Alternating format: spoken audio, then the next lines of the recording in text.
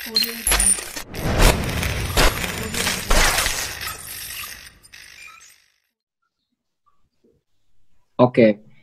Iya, beliau adalah Bang Abdul Qadir, lahir di Pamekasan 22 Februari 1992. Wow. Sama, alumni dari Universitas Indonesia di Public Health dan dengan GPA atau IPK yang saya rasa di atas rata-rata untuk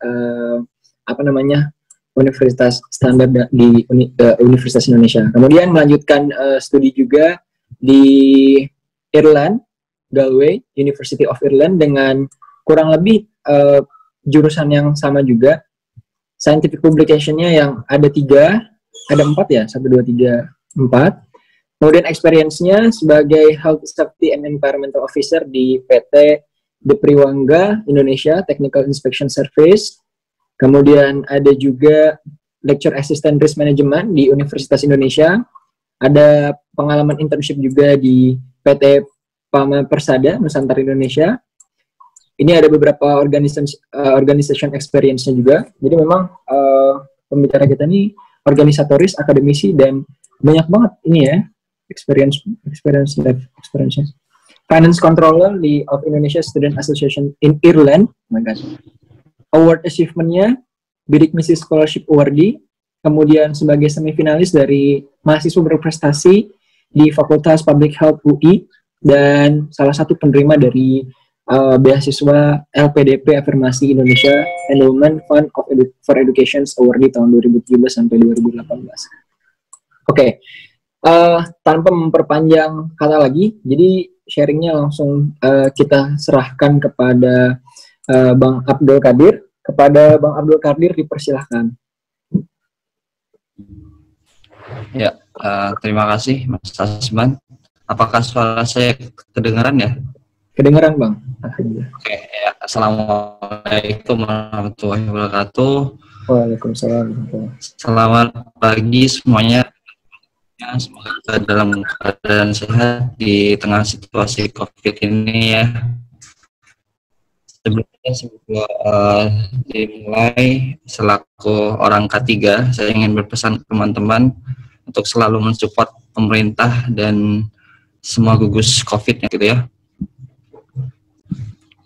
Saya coba share screen dulu.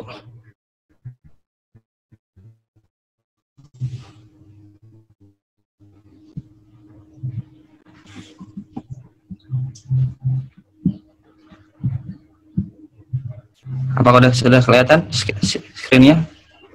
Sudah Bang.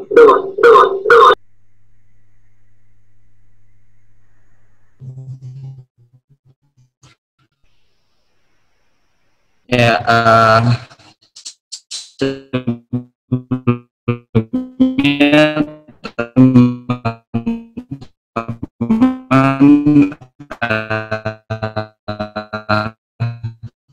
tadi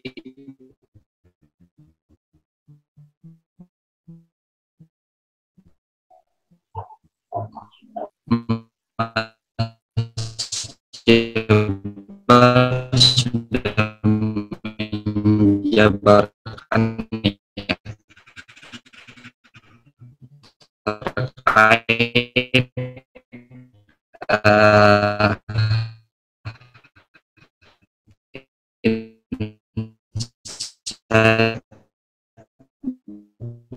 beliau, jadi kurang lebih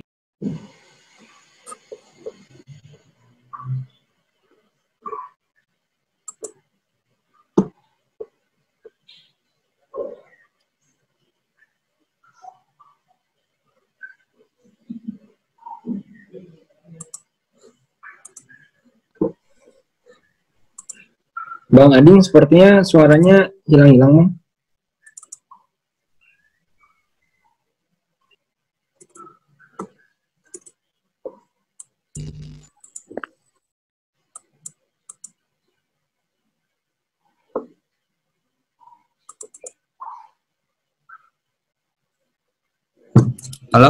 halo, sorry. Iya. Kedengeran nggak? Ya, sebelumnya minta maaf teman-teman, ini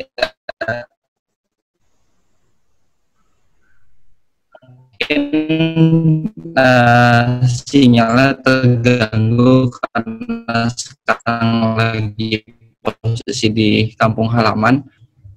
Halo, apakah sudah terdengar jelas ya? Baru jelas, Bang. Oke, sudah kedengaran ya?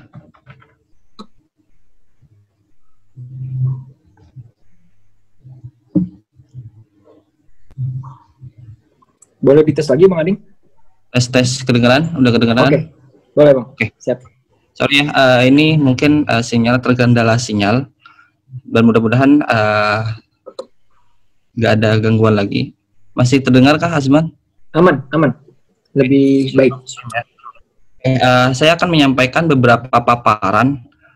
Oh ya, sebelumnya kalau misalnya terputus langsung dibilang aja ya, teman-teman Desa Main ya, di chat ya. Oke. Topik yang ingin saya sampaikan sharing yaitu kenapa harus lanjut kuliah gitu ya. Apakah untuk menjadi sukses kita harus kuliah seperti itu? Dan sebaliknya, pertanyaan selanjutnya, kenapa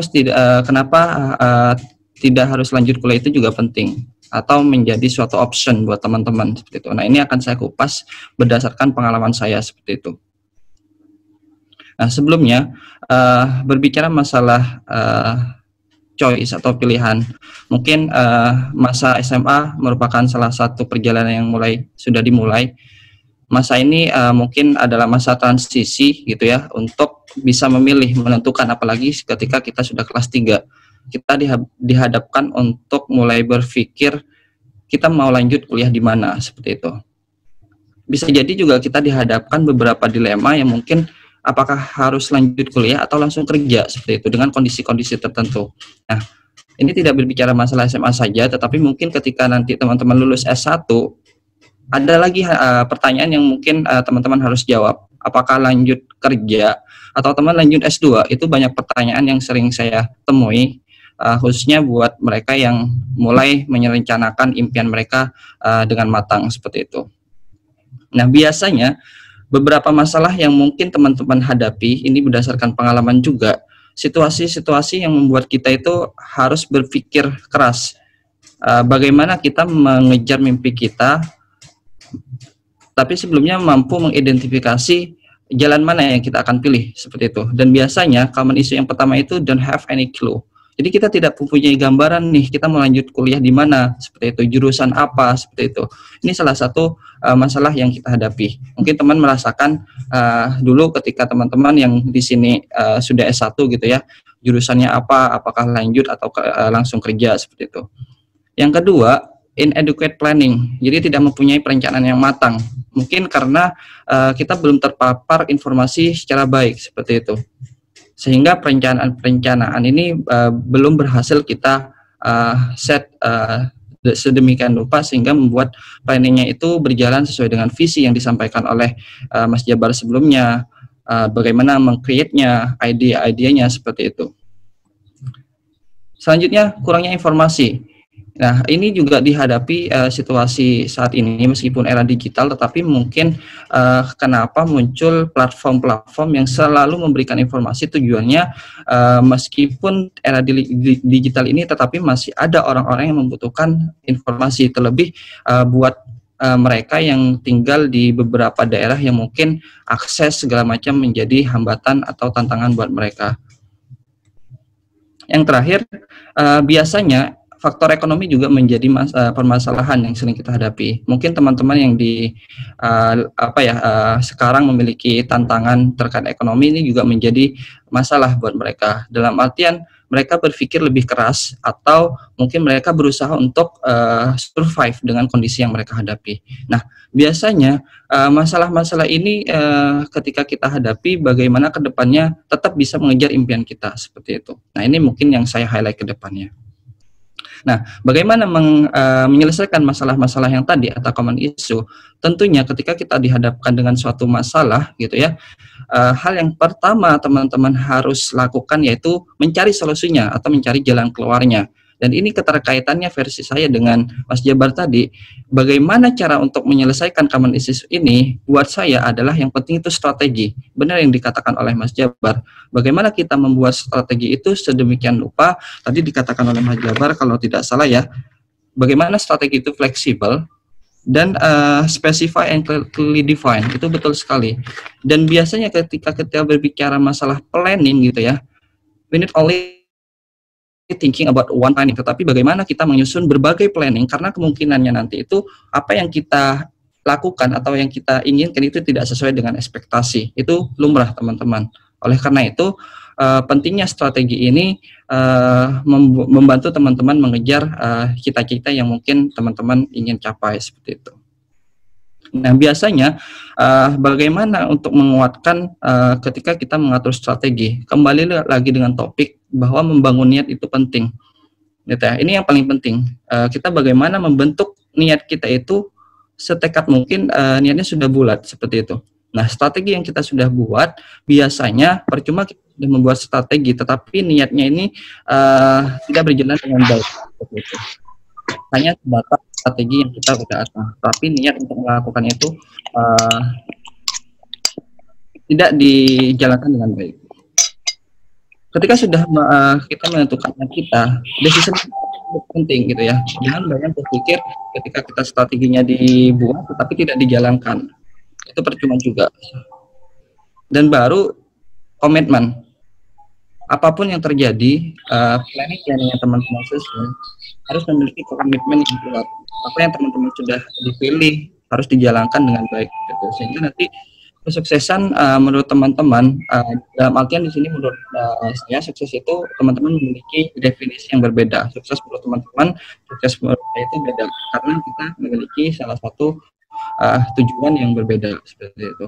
Yang paling penting bagaimana teman-teman menjaga komitmen teman-teman itu berjalan dengan baik. Nah, kembali masuk ke pembahasan. Tidak lanjut kuliah bisa sukses.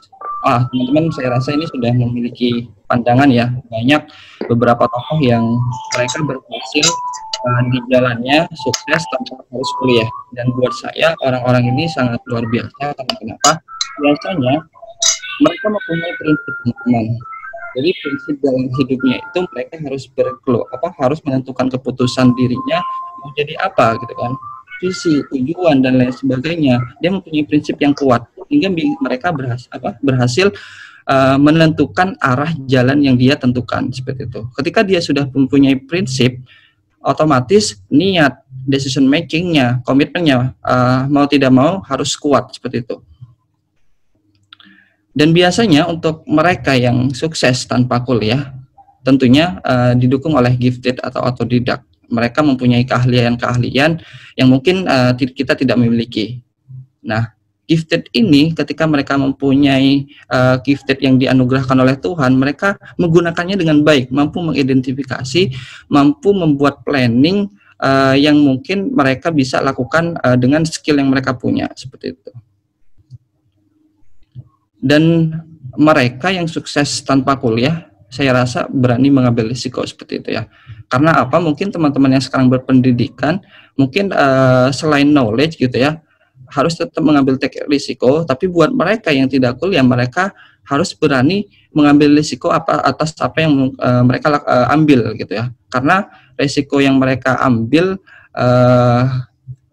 saya rasa opportunity dan peluangnya itu juga sama dalam hal peluang. Tetapi kayak misalnya kita mempunyai gelar seperti itu, mereka tidak mempunyai sertifikat atau legalisasi dari suatu institusi. Yang paling penting mereka juga persisten fokus gitu ya. Jadi mungkin setiap tantangan yang mereka hadapi dengan kepersistenan dan fokus, mereka tetap bisa berhasil dengan cara mereka masing-masing. Sehingga nantinya outcome mereka jelas bermanfaat buat orang lain. Nanti saya contohkan beberapa orang yang sukses tanpa kuliah gitu ya, karena mereka sudah mulai berpikir outcome atau output yang mereka lakukan gitu ya. Oke, saya tidak kuliah, tetapi bagaimana saya bisa menghasilkan suatu karya atau suatu hasil yang mungkin bisa bermanfaat atau bisa berpengaruh untuk peradaban yang ada seperti itu. Nah, balik lagi terkait pekerjaan gitu ya. Karena definisi sukses menurut setiap orang yang berbeda, mereka sudah tidak berpikir bahwa saya harus bekerja ke orang. Bahkan mereka mampu berpikir bagaimana menghasilkan suatu lapangan pekerjaan buat orang-orang sekitar seperti itu. Nah, ketika kita sudah memilih jalan ini, what should you do gitu ya? Teman-teman mungkin nanti di sini mungkin ada yang SMA gitu ya. Ketika teman-teman sudah memikir apakah kuliah penting atau tidak, bagi mereka yang tidak kuliah, ini salah satu hal penting juga. Apa yang harus kita lakukan gitu ya? Tetap belajar gitu ya. Karena setiap apa yang kita jalankan di dunia ini tidak terlepas dari belajar dan belajar. Tentunya ketika kita memilih untuk tidak kuliah dan berkarya, tentunya untuk supaya sukses harus tetap belajar. Menekuni yang sudah kita pilih, skill yang kita punya, kita terus asah. Bagaimana belajar dengan lingkungan sekitar, bagaimana belajar dengan media-media yang ada, tanpa harus masuk ke institusi pendidikan seperti itu. Dan biasanya main aktornya adalah diri kalian sendiri, karena hal-hal yang dihadapi resikonya lebih tinggi. Tetapi kalau misalnya teman-teman menjalankan dengan benar, pasti outcome-nya akan kelihatan seperti itu. Oleh karena itu, pengaruh dari orang lain itu tidak sebegitu besar impact-nya, gitu ya. Dan tentunya dibarengi dengan effort, usaha bagaimana mengembangkan pilihan yang sudah dipilih tanpa harus kuliah. Untuk selanjutnya yang terakhir ini, menjadi diri sendiri itu penting, karena biasanya branding, personal branding itu juga penting. Kita tidak bisa menjadi orang lain, tetapi ketika kita mampu menjadi diri kita sendiri dan menghasilkan suatu karya atau hal yang bermanfaat buat orang lain, itu buat saya luar biasa seperti itu. Nah, mungkin teman-teman sudah mengenal semuanya ya. Ini adalah contoh berbagai tokoh gitu ya, yang sukses tanpa harus kuliah. Dimulai dari Bang Andi Noya. Bang Andi Noya yang bahkan hanya lulusan STM, karena dia menekuni bidang yang dia sukai di bidang jurnalistik dan dia punya skill di bidang itu. Makanya ketika bertemu dan cerita dengan beliau, dengan kemampuan yang ada, bagaimana kita memanfaatkan skill yang ada gitu ya, mampu memprediksi dan menganalisis peluang yang ada. Dan yang paling ketekunan akan kunci utamanya adalah ketekunan dalam mengejar impiannya di bidang jurnalistik. Sama halnya ini di bidang jurnalistik ada juga di bidang bisnis gitu ya, Bob Sedeno. Ini juga salah satu yang tidak mengenyam pendidikan gitu. Tapi ini mungkin teman-teman juga familiar dengan Bu Susi ya. Ini salah satu tokoh yang mungkin teman-teman bisa dijadikan gambaran orang-orang yang tidak kuliah tetapi mereka bisa sukses gitu ya. Ada juga yang sudah masuk di bidang pendidikan sampai ke institusi perguruan tinggi, tetapi dia memilih keluar karena dia menerapkan apa yang dia tekunin.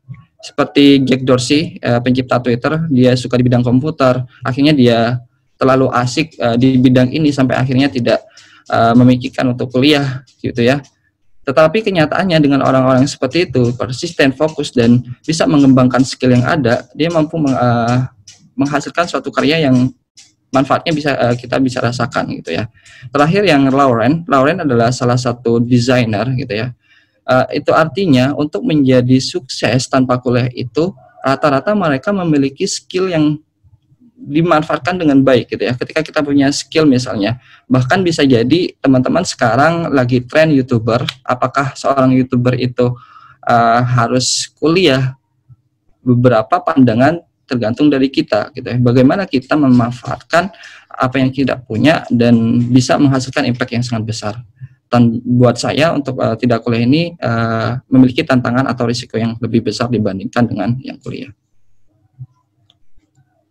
Selanjutnya, kebalikannya, bagi orang-orang yang bahwa lanjut kuliah itu penting, apakah menjamin bahwa kita sukses? Belum tentu juga. Kadang orang-orang yang sudah kuliah berpendidikan tinggi tidak memiliki arti apa-apa atau tidak memiliki kesuksesan tanpa dibarengi dengan kebermanfaatan atau memanfaatkan potensi yang dia punya gitu. Dan bagaimana untuk sukses gitu ya, ini perspektif dari saya. Apalagi sekarang di dunia digital gitu ya, kita banyak belajar banyak hal gitu ya. Kita dituntut untuk semakin modern, untuk bisa bersaing. Kita harus memiliki kemampuan yang lebih dibandingkan yang lainnya. Dan yang kedua, knowledge, ilmuwan.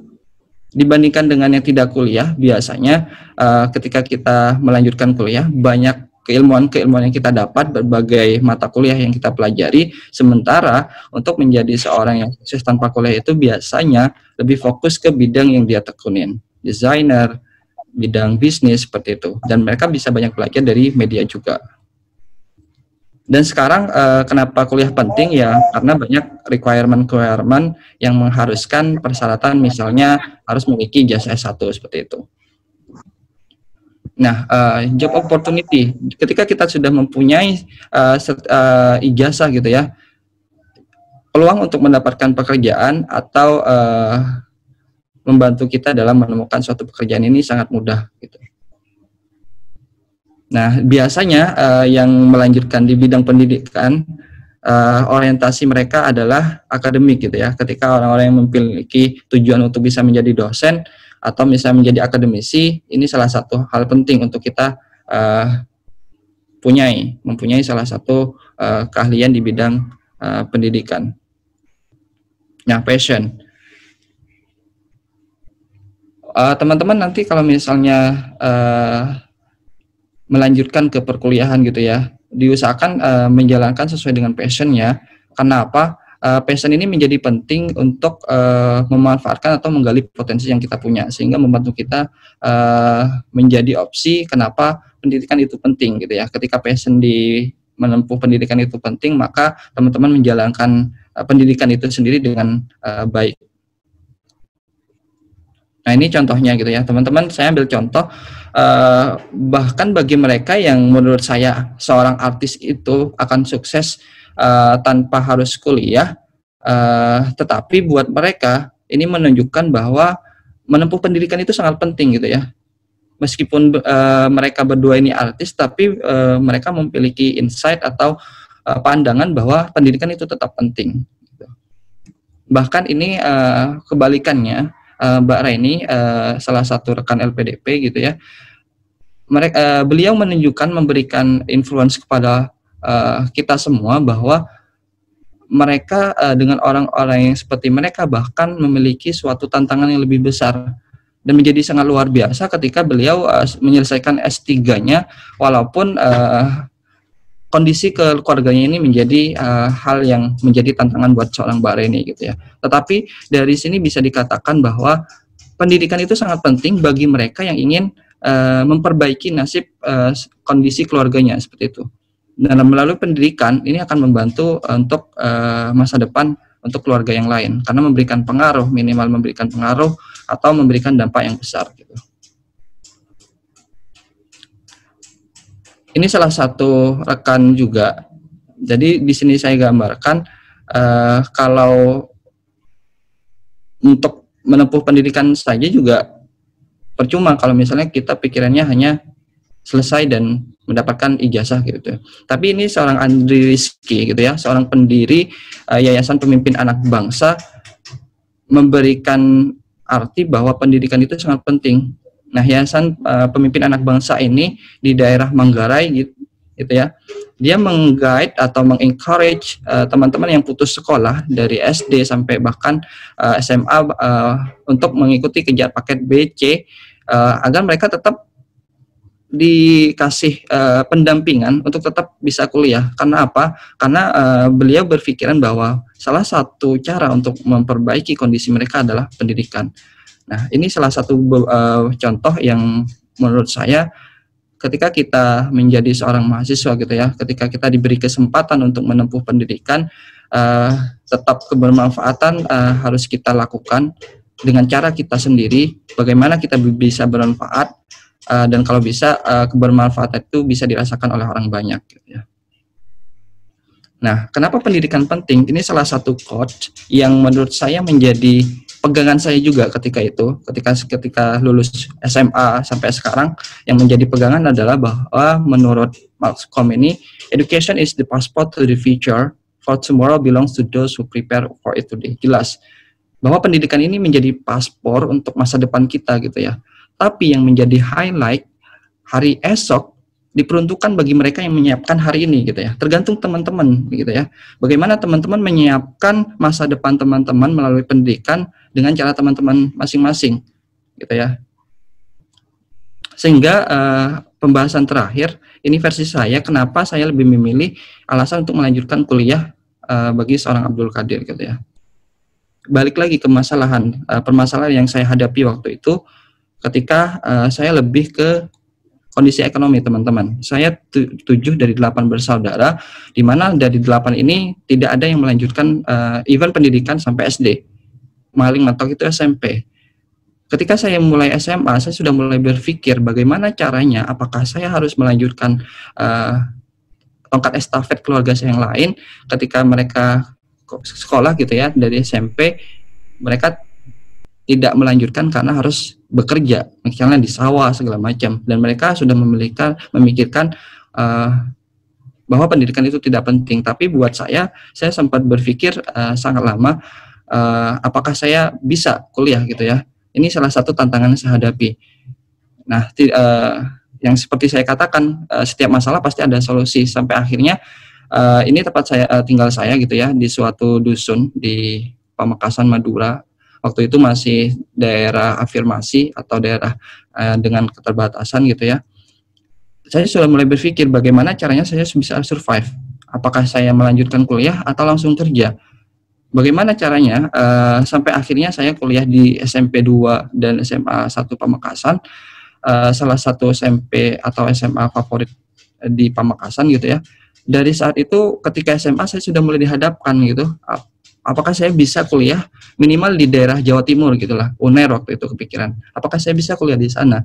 Dengan memanfaatkan atau mencari solusi, saya banyak bertanya kepada rekan-rekan yang kelas atau sering bertanya ke guru BP atau guru yang paling dekat gitu ya. Sampai akhirnya saya diarahkan untuk daftar di Universitas Indonesia. Bahkan saya tidak mengenalnya waktu itu gitu ya. Hanya saya memanfaatkan saran dari guru gitu. Nah, sampai akhirnya saya berpikiran ketika kuliah jauh pun bagaimana dengan biayanya seperti itu. Dan alhamdulillahnya waktu itu mendapatkan suatu informasi ada beasiswa bidik misi gitu ya. Nah, oleh karena itu sampai akhirnya saya menyiapkan segala berkas, mencari pendukung, sertifikat-sertifikatnya, dan saya mulai mengidentifikasi dengan passion saya yang lebih condong ke bidang saat itu ketika SMA lebih condong di bidang biologi dan kimia dibandingkan matematika fisika. Akhirnya saya mengambil yang ke arah kesehatan seperti itu. Nah, sehingga buat saya bahwa ini salah satu kunci yang saya pegang juga sampai sekarang ini, bahwa education is the most powerful weapon which you can use to change the world. Oke, Nelson Mandela mengatakan kita bisa merubah dunia dengan pendidikan, tapi buat saya minimal saya bisa merubah kondisi keluarga. Itu hal yang saya pegang waktu itu. Nah, ketika saya punya pegangan ini, energi-energi positif sudah mulai mempengaruhi saya untuk menyusun strategi dengan niat yang baik, komitmen. Oke, saya harus merubah kondisi keluarga, tapi kuncinya adalah diri saya. Bagaimana saya bisa tekun, bagaimana saya bisa berkomitmen, saya bisa mengubah dengan pendidikan gitu ya. Nah, sampai akhirnya 3,5 tahun berjalan, saya dikasih kesempatan untuk belajar gitu di Universitas Indonesia di jurusan Kesehatan Masyarakat. Ini menjadi titik balik buat saya gitu ya. Oh, sampai akhirnya saya memiliki suatu perjalanan yang sangat panjang untuk menjadi seorang lulusan yang masih tidak ada apa-apanya. Bahkan sampai sekarang masih belum ada apa-apanya teman-teman. Nah, dari sini saya mulai berpikir gitu ya. Sudah mulai perlahan gitu ya. Bagaimana caranya mengetahui passion yang saya punya.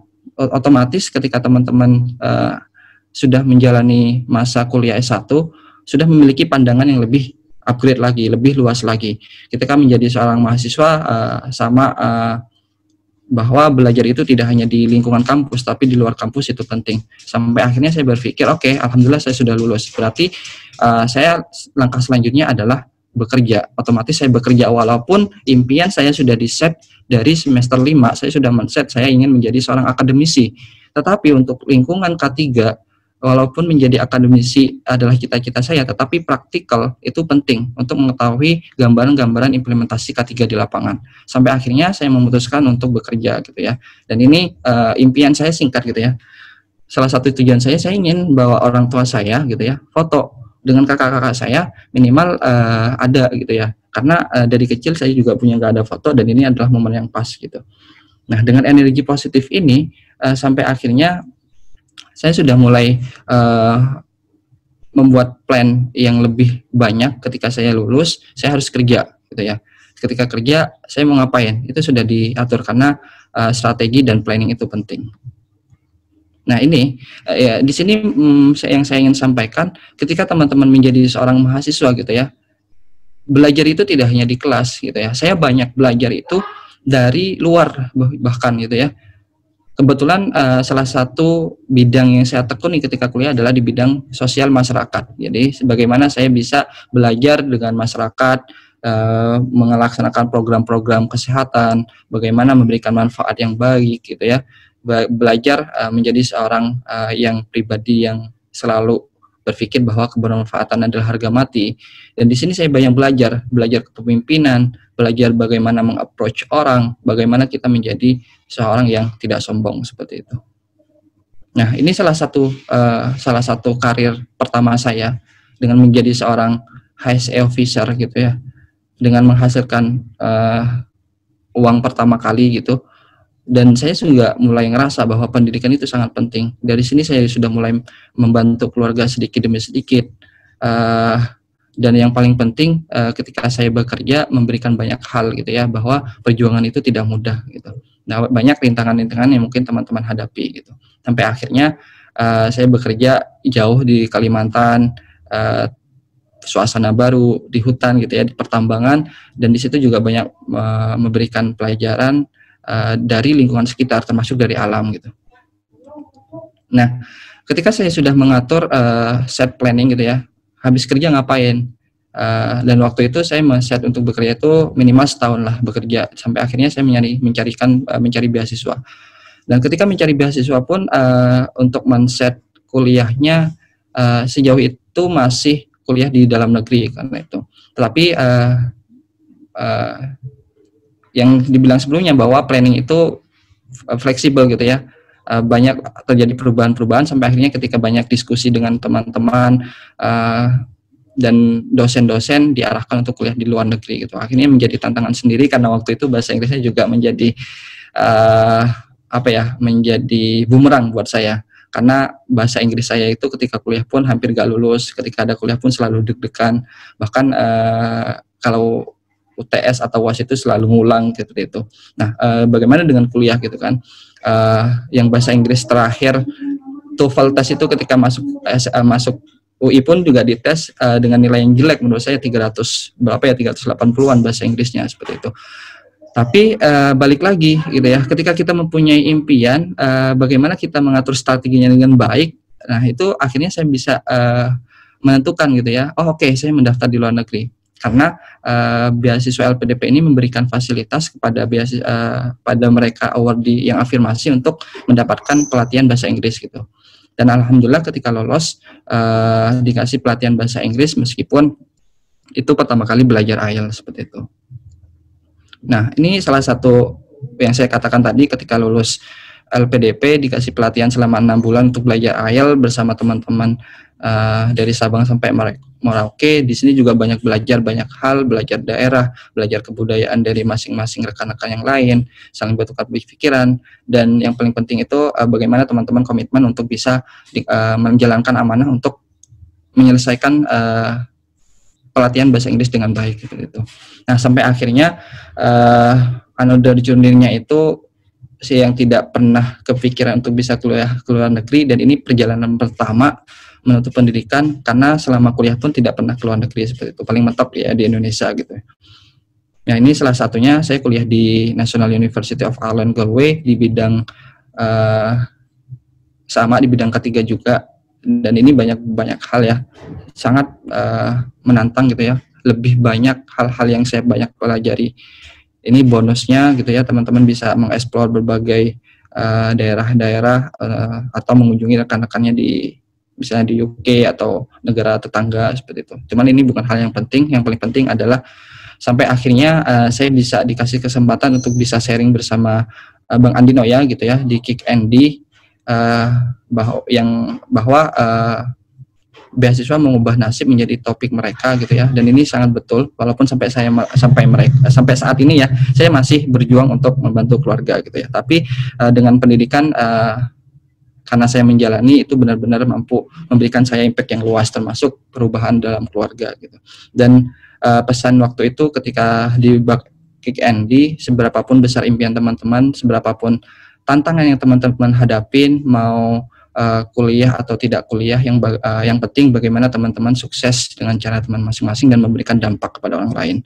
Nah ini buat saya the key for success itu teman-teman harus punya kepercayaan diri yang matang gitu ya, confident bahwa meskipun di era kompetensi yang semakin ketat, tapi teman-teman mampu berpikir bahwa Indonesia membutuhkan teman-teman gitu ya. Teman-teman memiliki goals, teman-teman memiliki kesempatan pendidikan yang sama. Do we have to worry about that? Jangan gitu ya. Yang penting teman-teman bisa berkarya dengan cara teman masing-masing dan kepercayaan diri yang sangat baik. Tapi jangan terlalu overconfident seperti itu.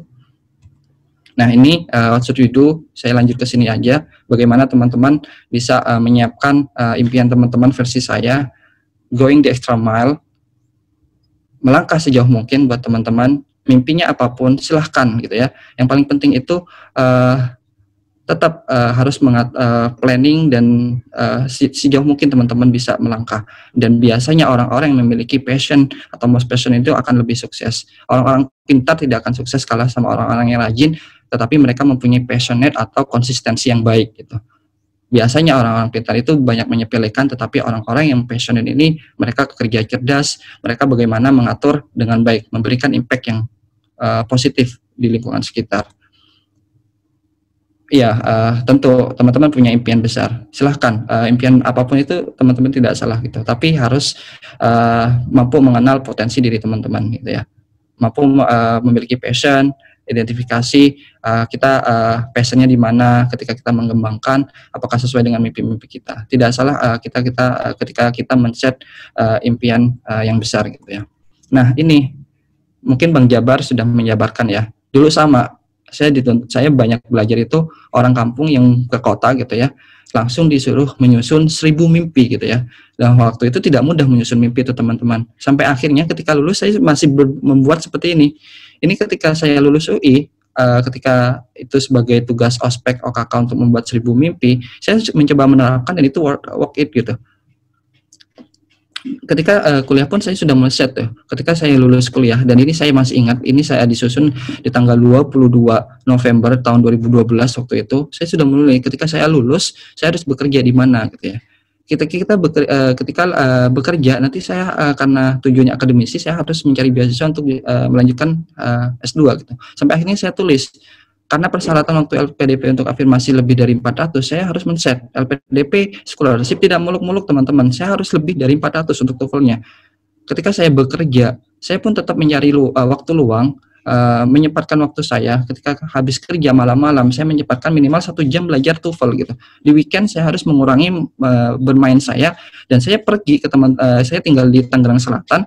Waktu weekend saya berangkat ke Depok untuk belajar bahasa Inggris ke teman-teman saya memiliki skill di bidang bahasa Inggris. Nah, sampai akhirnya saya ini nih yang saya maksud impian besar gitu ya. Ketika lulus LPDP saya memiliki amanah untuk lolos TOEFL gitu ya sebagai persyaratan di universitas. Ya bahasa Inggris waktu pertama kali belajar IELTS ketika pretest 2,5, saya tetap tulis have a big dream, IELTS score is 7. Itu harus 7 nih. Ini yang namanya sebagai motivasi, tidak ada salahnya kita men-set sesuatu yang penting. Sampai akhirnya saya menulis, saya harus kuliah di mana gitu ya. Waktu itu saya mulainya di Master Science Occupational Health di National University of Ireland. Di sini saya tetap tulis dan saya tempel ini di kosan gitu ya. Kenapa? Mungkin teman-teman yang saya ingin sampaikan, oke lah teman-teman ikut motivasi seperti ini. Dan ini hanya bersifat sementara teman-teman. Dalam artian teman-teman mendapatkan insight ini hanya saat ini. Tetapi yang menentukan ke depannya itu masih teman-teman. Bisa saja mungkin besok mungkinnya tantangan males lah atau apa dihadapin gitu ya. Tapi kuncinya yang paling penting adalah diri kita sendiri. Bahkan saya di sini nulis bahwa kita mempunyai Tuhan ya, bahwa sebaik-baiknya penolong ya adalah Tuhan kita gitu. Nah, saya ingin men-sharing bahwa tidak ada salahnya teman-teman mengatur goal seperti ini dan memotivasi teman-teman untuk bisa sukses seperti itu. Yang selanjutnya itu jangan takut gagal. Ya, ini salah satu kegagalan saya ketika dikasih amanah oleh LPDP untuk belajar IELTS. Apakah saya menyentuh persyaratan yang diinginkan? Waktu itu minimal 6,5, each band-nya minimal 6. Dan saya saat itu masih 6 gitu ya. Artinya gagal gitu ya. Apakah saya menyerah? Enggak gitu ya.